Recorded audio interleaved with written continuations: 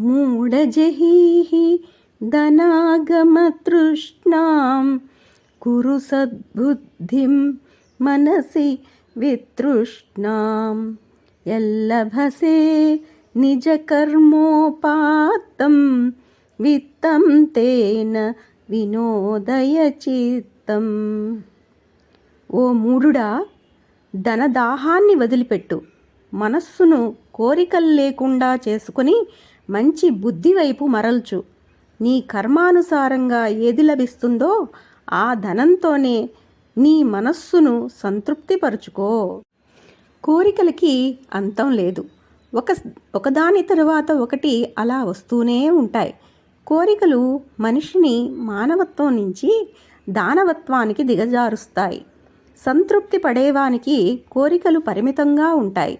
మనస్సును అదుపులో పెట్టుకోవడానికి సంతృప్తి ఓ చక్కని మార్గం.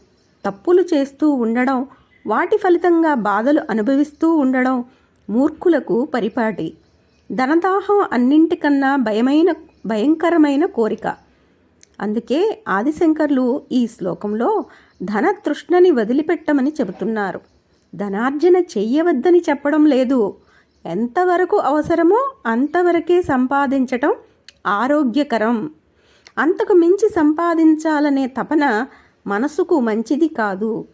ఆశ, కోరిక, మమకారం, దాహం వీటిని వదిలిపెడితే మనస్సు కొంచెం పరిశుద్ధమవుతుంది.